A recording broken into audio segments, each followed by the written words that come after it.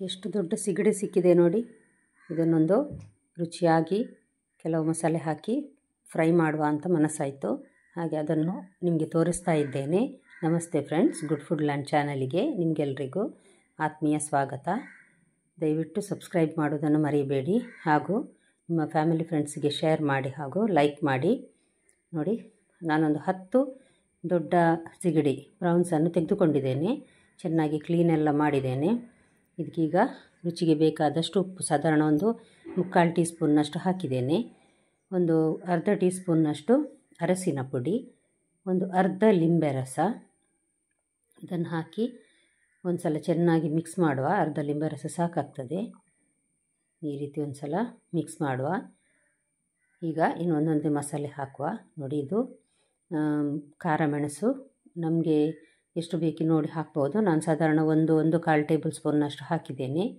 ಒಂದು ಅರ್ಧ ಟೀ ಸ್ಪೂನ್ನಷ್ಟು ಕುಟ್ಟಿದ ಕರಿಮೆಣಸು, ತರಿಯಾಗಿ ಉಂಟು ಇದು. ಸಾಧಾರಣ 1/2 ಚಮಚದಷ್ಟು ತೆಂಗಿನ ಎಣ್ಣೆಯನ್ನೀಗ ಹಾಕ್ತಾಯಿದ್ದೇನೆ ನಾನು. ತೆಂಗಿನ ಎಣ್ಣೆ ಹಾಕಿದರೆ ರುಚಿ ಪರಿಮಳ ಎಲ್ಲ ಚೆನ್ನಾಗಿರ್ತದೆ. ಅದಕ್ಕೋಸ್ಕರ ಇದನ್ನೊಂದು ಸಲ ಈ ರೀತಿ ಮಿಕ್ಸ್ ಮಾಡುವ ನಾವು.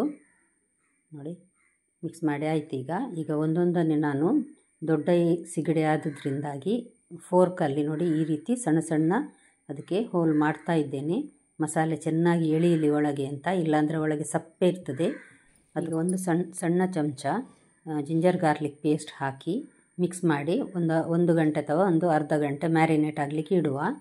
ಅರ್ಧ ಗಂಟೆ ನಂತರ ನೋಡಿ, ಹುರಿಲಿಕ್ಕಾಗುವಾಗ ನಾನೀಗ 2 ಚಮಚ ಮೈದಾ, 2 ಚಮಚ ಅಕ್ಕಿ ಹಿಟ್ಟು ಹಾಕಿ ಚೆನ್ನಾಗಿ ಮಿಕ್ಸ್ ಮಾಡ್ತೇನೆ. ಇದನ್ನು ಒಂದು ಸ್ವಲ್ಪ ನೀರು ಬೇಕಿದ್ದರೆ ಹಾಕ್ಕೊಳ್ಬೋದು, ಇಲ್ಲಾಂದರೆ ಪೇಸ್ಟ್ ಚೆನ್ನಾಗಿ ಹಿಡ್ಕೊಳ್ಳೋದಿಲ್ಲ ಅದು. ಒಂದು 2 ಚಮಚದಷ್ಟು ನೀರು ಹಾಕಿದ್ದೇನೆ ನಾನು. ದಪ್ಪ ದಪ್ಪ ಪೇಸ್ಟ್ ಇದ್ದರೆ ಸರಿಯಾಗಿ ಕೋಟಿಂಗ್ ಬರೋದಿಲ್ಲ. ನೋಡಿ, ಈಗ ಚೆನ್ನಾಗಿ ಆಗಿದೆ.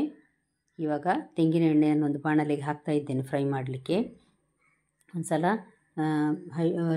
ಮೀಡಿಯಮ್ ಟು ಹೈ ಫ್ಲೇಮಲ್ಲಿ ಎಣ್ಣೆ ಬಿಸಿ ಆದರೆ ನಂತರ ಸ್ವಲ್ಪ ಮೆಲ್ಲಗೆ ಮಾಡಿ ಎರಡೂ ಕಡೆ ಫ್ರೈ ಮಾಡ್ಬೋದು. ನಾನು ಸ್ವಲ್ಪ ಎಣ್ಣೆ ಹಾಕಿ ಮಾಡೋದ್ರಿಂದ 3 ಹಾಕ್ತಾ ಇದ್ದೇನೆ. ಮತ್ತು ಇದು ಸ್ವಲ್ಪ ದೊಡ್ಡದೇ ಇದೆ, ಅದಕ್ಕೋಸ್ಕರ ಒಂದು ಅರ್ಧ kgಯಲ್ಲಿ ಒಂದು 20ರಷ್ಟು ಬಂದಿದೆ ಇದು. ನಾನೊಂದು 10ರಷ್ಟು ಫ್ರೈ ಮಾಡ್ತಾ ಇದ್ದೇನೆ ಇದರಲ್ಲಿ. ನೋಡಿ, ಒಂದು ಸೈಡ್ ಚೆನ್ನಾಗಿ ಫ್ರೈ ಆಯಿತು. ಎಷ್ಟು ಚೆನ್ನಾಗಿ ಕೋಟಿಂಗ್ ಇದೆ ನೋಡಿ.